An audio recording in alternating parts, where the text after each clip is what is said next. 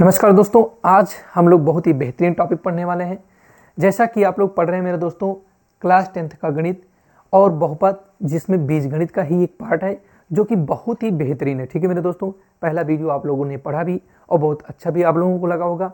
दूसरा टॉपिक आज हम लोग पढ़ने वाले हैं। देखिए आपके सामने लिखा है बहुपद के शून्यक। इसको मेरे भाई अभी से वेरी इंपॉर्टेंट कर दो मेरे दोस्त, वेरी इंपॉर्टेंट कर दो। इस टॉपिक से एक क्वेश्चन तो आपका हर हालत में एग्जाम में टपकेगा, ये हमारी 200% गारंटी मेरे दोस्तों। आपको लग रहा होगा नहीं तो मेरे दोस्त, अभी मैं क्वेश्चन कराऊंगा आपको, वो क्वेश्चन कराऊंगा जो आपके एग्जाम में पूछे गए, सिर्फ वही क्वेश्चन मैं आपको कराऊंगा मेरे दोस्तों। ठीक है, तो पूरी तरह से वीडियो में बने रहें। अगर आप हमारे इस चैनल पे नए हो तो चैनल को सब्सक्राइब करें, बेल आइकन दबा लें, ताकि किसी भी प्रकार का कोई भी नोटिफिकेशन आता हो तो आप तक जरूर पहुंचे मेरे दोस्तों। ठीक है, चलिए अब हम लोग सीखेंगे क्या, बहुपद के शून्यक, जीरोस ऑफ पॉलिनोमियल्स। मेरे दोस्तों, शून्यक क्या होता है इसके बारे में हमें बहुत ही बेहतरीन तरीके से सीखना है और बहुत आराम से मैं आपको बताऊंगा और बहुत बेहतरीन से समझाऊंगा। ठीक है, चलिए हम सीखते हैं। सबसे पहले मैंने आपको बताया था कि बहुपद की बात करें तो हम दो तरह के बहुपद को मानक रूप लिख लेते हैं। मानक मतलब एक स्टैंडर्ड रूप में लिखा जाता है, जिसको सब लोग मानते हैं कि इस टाइप का कोई भी बहुपद होगा तो उसको हम लोग क्या मानते हैं। ठीक है, देखिए पहला तो हम मानेंगे क्या, ax प्लस बी। ठीक है मेरे दोस्तों, जिसमें a नॉट इक्वल क्या है, 0 है। तो ये हमारा कैसा बहुपद है, फटाक से बताइए, रैखिक बहुपद है। कैसा मेरे दोस्तों, लीनियर पॉलिनोमियल्स है, रैखिक बहुपद है। ठीक है मेरे भाई, ये रैखिक बहुपद हो गया। इसके साथ में एक दूसरा बहुपद हम लिखेंगे, मेरे दोस्त, a x square plus B x और प्लस सी। ठीक है मेरे दोस्त, a x square plus B x plus c, जिसमें ए का मान नॉट इक्वल 0 होगा। इसको आप लोग क्वाड्रेटिक पॉलिनोमियल्स कहें या द्विघात बहुपद कहेंगे। ठीक है मेरे दोस्त, इतनी चीजें तो मैंने आपको समझा दिया था। तो जब कभी भी कोई भी बहुपद इस तरह से लिखा हो तो उसे हम लीनियर यानी रैखिक बहुपद कहेंगे, और इस तरह से लिखा हो तो उसे हम लोग क्या कहेंगे, द्विघात बहुपद कहेंगे। अब मेरे दोस्त आपको समझना है कि बहुपद तो हमने आपको बता दिया, लेकिन बहुपद के शून्यक को समझना है कि बहुपद का शून्यक होता क्या है। तो मेरे दोस्त आपको मैं एक बात बता रहा हूं, इस बहुपद को दर्शाने के लिए इसको px के नाम से दर्शाया जाता है कि px बराबर क्या हो जाएगा, ax प्लस बी।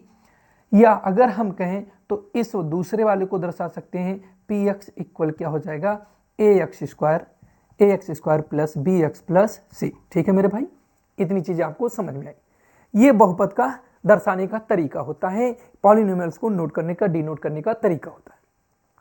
अब रही बात शून्यक के बारे में समझना है, तो मेरे दोस्त आपको एक बात ध्यान देना है, शून्यक का मतलब क्या होता है वो आपको समझना है। अब यहां पर ये बहुपद है, पहले px बराबर ax प्लस बी। अब यहां पर ये चीजें, यहां पर अगर हम कहें a और b, ये दोनों कहां हैं भैया, कांस्टेंट हैं, अचर है, यानी ये स्वयं कोई ना कोई गिनती होंगे। लेकिन यहां पर x यानी ये x आपका क्या है, चर है। अब आपको ध्यान देना है, इस x यानी चर का एक ऐसा मान बताइए जो इस पूरे बहुपद को क्या कर दे, शून्य कर दे। सेम वही काम आपको करना है कि इस x का ऐसा कोई मान बताओ जो इस बहुपद में रख दो और बहुपद का मान क्या हो जाए, शून्य मिल जाए। किसी भी बहुपद में x का मान रखने पर बहुपद का मान शून्य हो जाता है, तो जो x का मान आप बहुपद में रखते हैं वही उस बहुपद का शून्यक कहलाता है। यानी अगर मैं आपसे कह दूं, तो अगर मैंने आपसे कहा कि यदि x बराबर के रखा जाए जिससे px का मान px बराबर शून्य हो जाए, तब आप क्या कहेंगे मेरे भैया, तब आप कहेंगे कि x बराबर के बहुपद px का शून्यक होगा।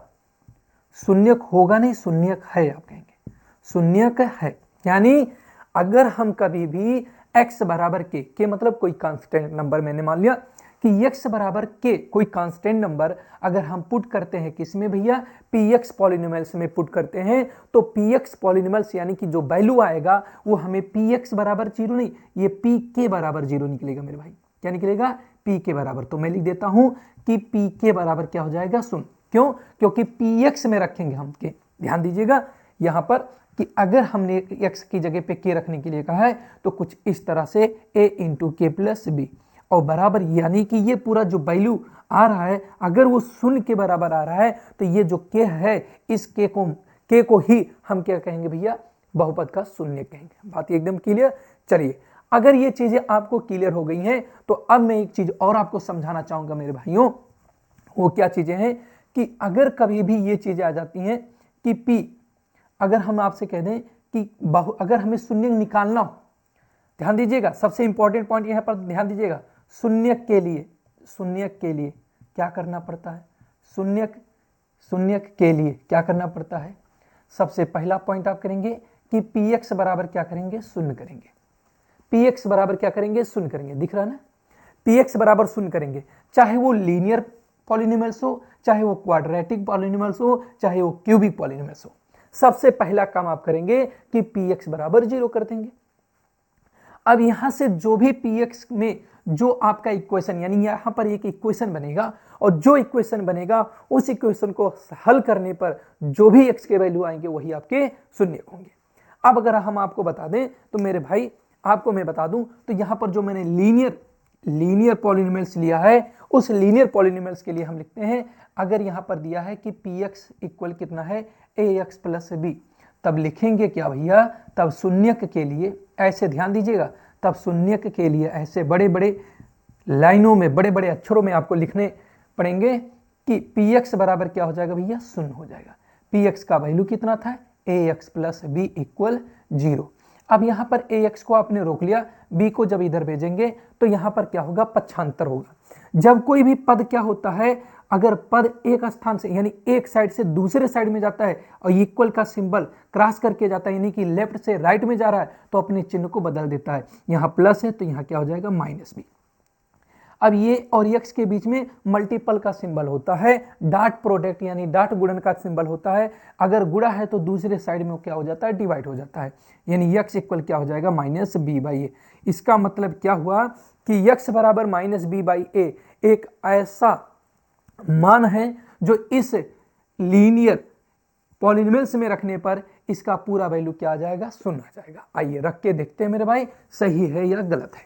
चलिए, ये आपका बहुपद है, p x की जगह पे आपने क्या रखा? माइनस बी बाई ए, और यही जो आया है ये k का मान है मेरे दोस्त, यही k का मान है। तो यहां पर लिखेंगे a into minus B by a और प्लस क्या लिखेंगे? b। देखिए ये और ये दोनों कैंसिल हो गया, बचा क्या मेरे भैया? Minus B plus B. Minus B और प्लस बी भी आपस में कट जाते हैं और वैल्यू आया क्या? 0, यानी minus B by A equal 0। बहुपद का मान क्या है मेरे दोस्त? शून्य आया। और जब बहुपद का मान शून्य आया, यानी जिस यक्ष का मान रखने पर बहुपद का मान शून्य आया, वह यक्ष का मान उस बहुपद का शून्य कहलाता है। मेरे दोस्त, अब तक आपको समझ में आ गया? तुरंत लाइक कीजिए और एक प्यारा सा कमेंट कीजिए कि हाँ हमको समझ में आ गया। ठीक है, चलिए अब इतनी चीजें अगर मैं आपको बता दूं, इतनी चीजें आपको समझ में आ गई, तो एक चीज और भी ध्यान दीजिएगा। अगर आपको ध्यान दीजिए मेरे भाई, ये आपका जो 20 नंबर में आपका जो OMR वाला क्वेश्चन आता है उसमें संभावना रहता है कि इस तरह का ही बहुपद देके शून्य पूछ लेता है, तो तुरंत देख लीजिएगा माइनस बी बाई ए ही इसका शून्य होगा, जैसा कि मैंने आपको सॉल्व करके दिखाया भी। ठीक है मेरे दोस्त, अब मैं आपको बता दूं मेरे दोस्त, तो अगर लीनियर यानी रैखिक बहुपद है तो इसके केवल कितने शून्यक होंगे? केवल एक शून्यक होगा, केवल एक शून्यक होगा, यानी केवल एक, यहां लिख देता हूं, केवल ओनली 1 जीरोस होगा भैया, केवल एक शून्यक होगा, केवल एक शून्यक होता है। ठीक है मेरे भाई, अगर आपका लीनियर पॉलिनोमियल्स है तो उसके केवल एक शून्यक होंगे, जैसा कि अभी सॉल्व किए हैं आप, तो x का मान माइनस बी बाई ए आया, केवल एक ही वैल्यू आया है, एक से अधिक वैल्यू नहीं आ सकता। अगर इसके पावर 2 हो गए, जैसे अगर मैं आपसे कह दूं ax square plus B x और प्लस सी हो, तो अगर मैं आपसे कह देता हूं तो इसके कितने हल होंगे? इसके कितने हल होंगे? तो मैं आपको कह देता हूं कि ये आपका क्या है? द्विघात बहुपद है। क्या मेरे भैया? द्विघात बहुपद है। और जब द्विघात बहुपद है तो इसके जो शून्यक आएंगे 2 शून्यक होंगे। कितने होंगे? 2 शून्यक होंगे। दोनों धनात्मक भी हो सकते हैं, दोनों ऋणात्मक भी हो सकते हैं, एक धनात्मक एक ऋणात्मक भी हो सकता है। भिन्नात्मक भी हो सकता है। ठीक है मेरे दोस्त, तो इस बात का आपको विशेष ध्यान रखना है कि जितने घात का बहुपद होगा उसके उतने शून्यक होंगे। अगर त्रिघात का बहुपद है ax³ plus bx² plus cx और प्लस d, अगर ये है तो इसके कितने घात का बहुपद है भैया? त्रिघात का बहुपद है। कल वाली वीडियो अगर आप देखे होंगे तो आपको पता चल रहा होगा कि कैसे हम घात को बोल रहे हैं। ठीक है, तो त्रिघात बहुपद है तो इसके कितने शून्यक होंगे भैया? 3 शून्यक होंगे। कितने शून्यक होंगे? 3 शून्यक होंगे। कितने? 3 शून्यक होंगे। क्लियर? अब आपको क्लियर हो गया। मैं आपसे पूछता हूं ax प्लस बी, इसके कितने शून्यक होंगे?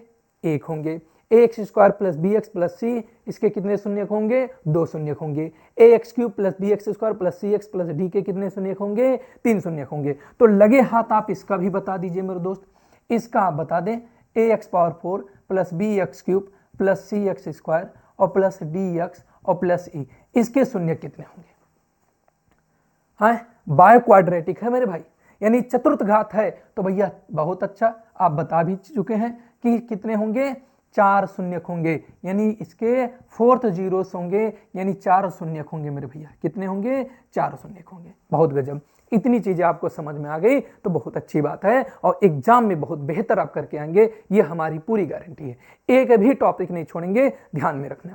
बीजगणित में 18 के 18 नंबर आपको मिलेंगे, ये हमारी गारंटी मेरे दोस्त। आप सिर्फ पढ़ के चलो, 100% आपको बता रहा हूं, पूरा का पूरा आपके एग्जाम में छपेगा। ये आप देख लेना, पेपर में मिला लेना।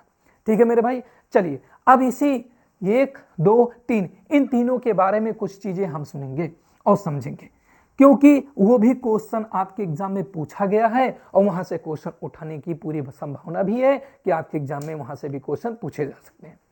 अब मेरे दोस्त मैं थोड़ा सा क्लियर लिख दूं कि ax प्लस बी ये आपका रैखिक बहुपद है, ये आपका क्वाड्रेटिक है, ये आपका क्यूबिक है। तो चलो अब आपको मैं ये बता देता हूं, जैसे अभी हमने कहा शून्यक की बात, हमने कहा क्या कहा मेरे दोस्त? बहुत डीपली बताऊंगा मेरे दोस्त, बहुत डीपली बताऊंगा। बहुत भैया लोग पढ़ाते होंगे, लेकिन शायद आपको बहुत बेहतर पढ़ने को मिलेगा और बहुत बेहतर टॉपिक होगा मेरे दोस्त। ठीक है, अब अगर मैं आपसे कहता हूं मेरे दोस्त कि शून्यक तो आपने पढ़ भी लिया, लेकिन मैं अगर आपको कह दूं कि इनको ग्राफ के द्वारा दर्शाना हो तो कैसे दर्शाएंगे?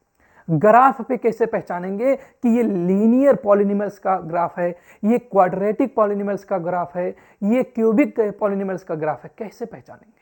तो मैं आपको समझाता हूं, ध्यान दीजिए। सबसे पहले आप एक्सिस खींचते हैं। क्या खींचते हैं? एक्सिस खींचते हैं। ये वर्टिक्स यानी वर्टिकल होता है, ये हॉरिजॉन्टल होता है, यानी ये क्षैतिज होता है। क्षैतिज को हम लोग एक्स एक्सिस कहते हैं, और जो हमारा ऊर्ध्वाधर होता है उसको वाई एक्सिस कहते हैं। इस वाई से हमें कोई मतलब नहीं है, सिर्फ आपको मतलब है कि एक्सिस है। क्यों मतलब है? अब अगर मान लेते हैं कि ये आपकी एक्स एक्सिस है, तो मेरे दोस्त ये आपको बताइए कि ये एक्स के मान को निर्धारित करेगा? बोलो है ना, ये एक्स के मान को ही तो बताएगा। अब आपको ध्यान देना है कि इस एक्सिस को कोई भी कट, अगर हम कह रहे हैं भैया, हमने आपसे कहा कि x बराबर अभी लीनियर का -b/a आया था, बोलो है ना, इसका मतलब यह हुआ कि -b/a नाम का कोई भी नंबर होगा, चाहे वो फ्रैक्शन में हो, चाहे वो कंप्लीट नंबर में यानी पूर्णांक में, इंटीजर में हो, तो मेरे दोस्त आपको ध्यान देना है कि वो x अक्ष पे कहीं एक पॉइंट पे कट करेगा। ध्यान दीजिए, अगर लीनियर होगा तो वह x अक्ष पे केवल एक जगह पे कट करेगा। अब जैसे हमने यहीं पर लिख दिया, यहीं पर ऐसे कट कर दिया हमने, इसका मतलब क्या हुआ मेरे भाई? ये अगर ऐसे आपको डायग्राम मिल जाए और उस पे एक कट ऐसे लगा हुआ हो, छोटा हो या बड़ा हो, चलो ऐसे में छोटा सा लगा दिया, ऐसे कट कर दिया, तो वो पूछेगा कि किस तरह का बहुपद है ये? तो आप क्या कहेंगे भैया? रैखिक बहुपद है। क्या कहेंगे? रैखिक बहुपद है। सर आपने रैखिक बहुपद कर दिया, बट मुझे समझ में नहीं आया। बिल्कुल समझ में आएगा। हमने आपसे कहा कि केवल और केवल एक जगह पे कट करता है, तो केवल और केवल एक शून्यक कहलाएगा, एक जीरोस कहलाएगा, और एक जीरोस किसका होता भैया? लीनियर बहुपद का होता है, लीनियर पॉलिनॉमियल्स का होता है। बोलो हाँ या ना? तो ये रैखिक होते हैं। इसको हम लोग क्या कहते हैं? इसका जो डायग्राम बनता है ax प्लस बी का जो ग्राफ बनेगा वो कैसा होगा? रैखिक ग्राफ होगा। तो मेरे दोस्त अब आपको समझ में आना चाहिए कि इसका जो ग्राफ होगा वो कैसा होगा? रैखिक ग्राफ होगा। क्या होगा? रैखिक। ग्राफ से भी रिलेटिव क्वेश्चन आ जाएगा आपके एग्जाम में, आता भी है और आ भी सकता है मेरे दोस्त। तो इसीलिए एक भी पॉइंट छोड़ना नहीं है, सबका सब पढ़ना है। ठीक है, अब यहां पर आ जाते हैं ax² plus bx plus c। अगर मैं आपसे कह दूं भैया कि इसके अगर यहां पर भी मैंने कट कर दिया तो ऐसे तो कट नहीं करेगा, अगर कट करना होगा तो कुछ इस तरह से कट करेगा, या आपको मैं बता दूं तो कुछ इस तरह से कट करेगा। कोई ऐसे ग्राफ जाएगा, कोई ऐसी रेखा जाएगी, लाइन जाएगी, कोई ऐसी लाइन जाएगी जो क्या करेगा भैया, एक्स को इस तरह से काटेगा।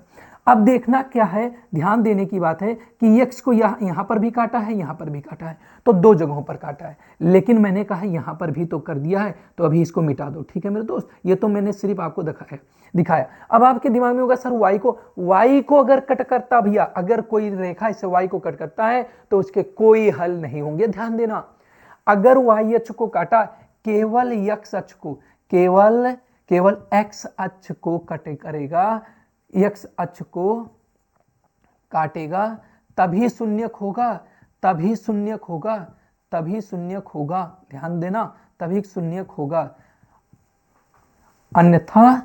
अन्यथा नहीं होगा, अन्यथा नहीं होगा। अन्यथा मतलब यदि वाई अक्ष को काट देता है तो कोई भी शून्यक नहीं कहलाएगा मेरे भाई। ठीक, चलिए अब ये चीजें क्लियर। अब मैंने कहा कि भैया चलो मैं एक छोटा सा ग्राफ यहां बना देता हूं, यहां मैंने बनाया और मैंने कह दिया भैया ऐसे कुछ लिखा हुआ है।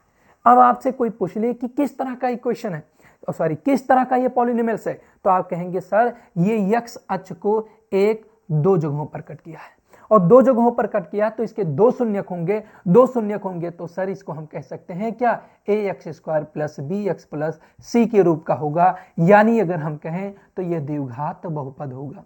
क्या होगा, द्विघात बहुपद होगा। ठीक है मेरे भाई, कोई दिक्कत नहीं। 2024 के एग्जाम में पूछा गया है कि द्विघात बहुपद का जो ग्राफ होता है वो कैसा होता है, ये पूछा गया है।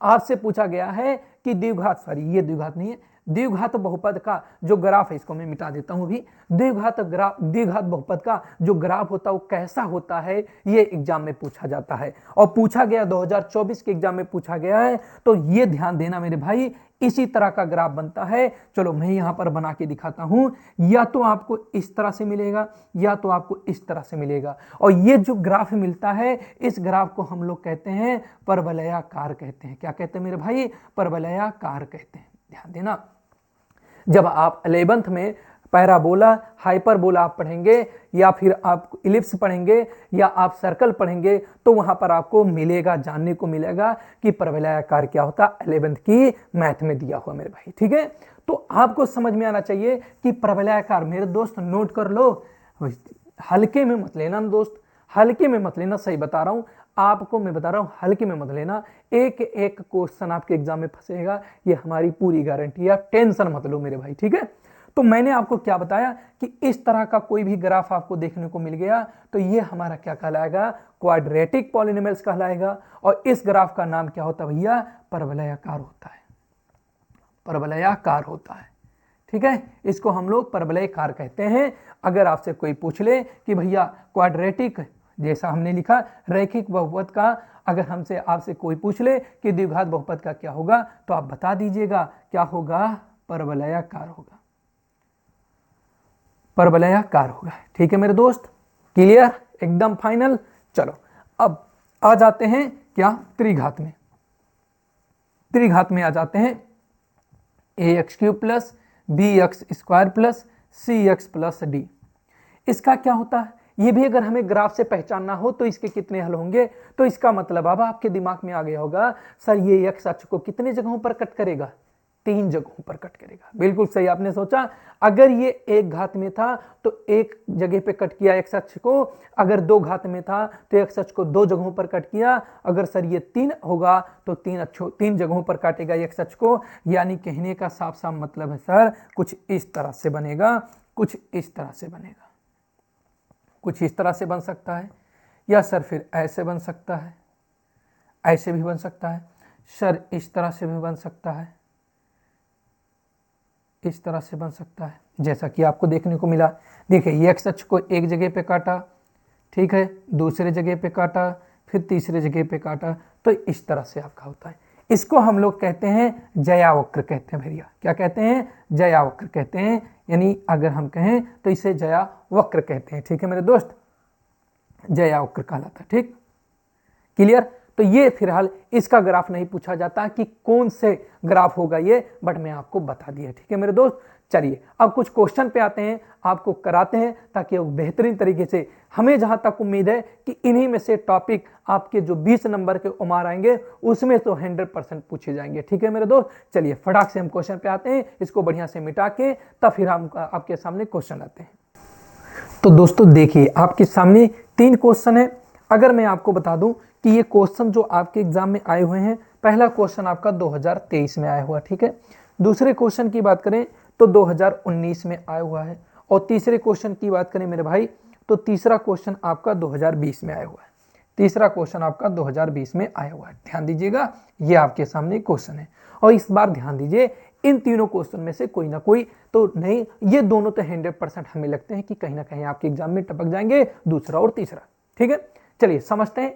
पहला क्वेश्चन कह रहा है कि द्विघात बहुपद x² + 18x + 81 के दोनों शून्यक होंगे। दोनों शून्यक होंगे। अगर मैं ऑप्शन की बात करूं तो ऑप्शन भी मैं आपको दे रहा हूं। पहला इसका ऑप्शन होगा धनात्मक, चलो पहला हो जाएगा धनात्मक यानी पॉजिटिव। दूसरा ऑप्शन हो जाएगा इसका ऋणात्मक, निगेटिव हो जाएगा। और तीसरा हो जाएगा आपका, तीसरा हो जाएगा धनात्मक और ऋणात्मक दोनों, यानी ए लिख देता हूं, इसे बी लिख देता हूं, और तीसरे में मैं लिख देता हूं, तीसरे में लिख देता हूं ए और बी, ए और बी दोनों, और चौथे में मैं लिख देता हूं भैया दोनों समान होंगे, दोनों समान होंगे। अब आप बताइए कैसे इसको सॉल्व करेंगे। अब आप बताइए कैसे सॉल्व करेंगे। पहला ऑप्शन, पहला क्वेश्चन आपके सामने है और उसके ऑप्शन भी मैंने लिख दिया। ठीक है, कि आप धनात्मक ऋणात्मक दोनों या दोनों समान होंगे। समान का मतलब हो सकता है 2 2 दोनों आ जाए, 3 3 दोनों आ जाए, 4 4 दोनों आ जाए, तो फिर क्या करेंगे। तो अभी मैंने कुछ समय पहले आपको समझाया कि शून्यक निकालने का तरीका। पहले आप शून्यक निकालिए।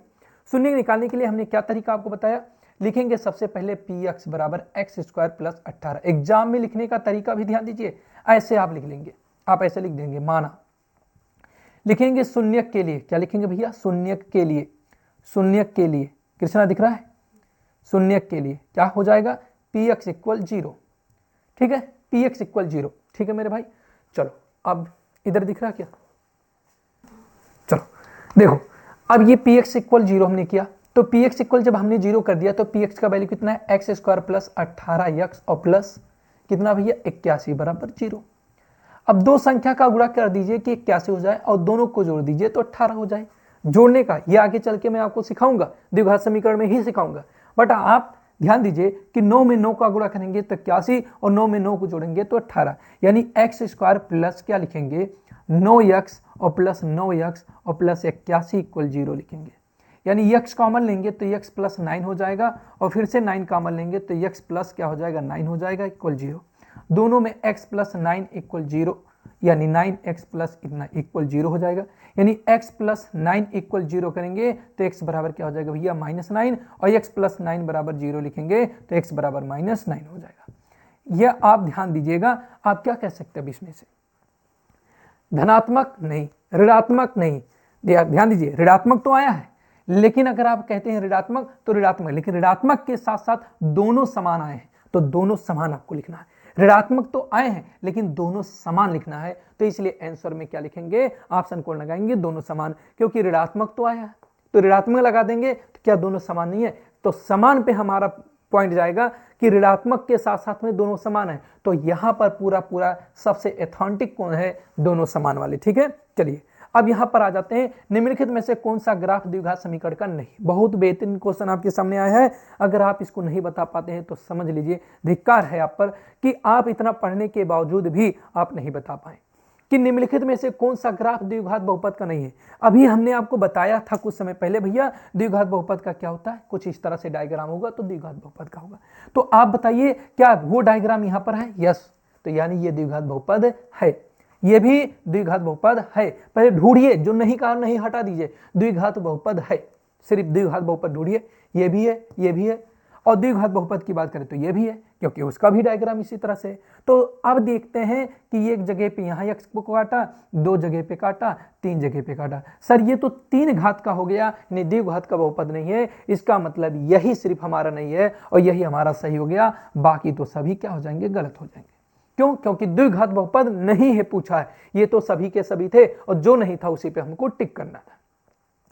निम्न में प्रदर्शित बहुपद के ग्राफ के आधार पर बहुपद के शून्यक होंगे, ये आपको बताना है।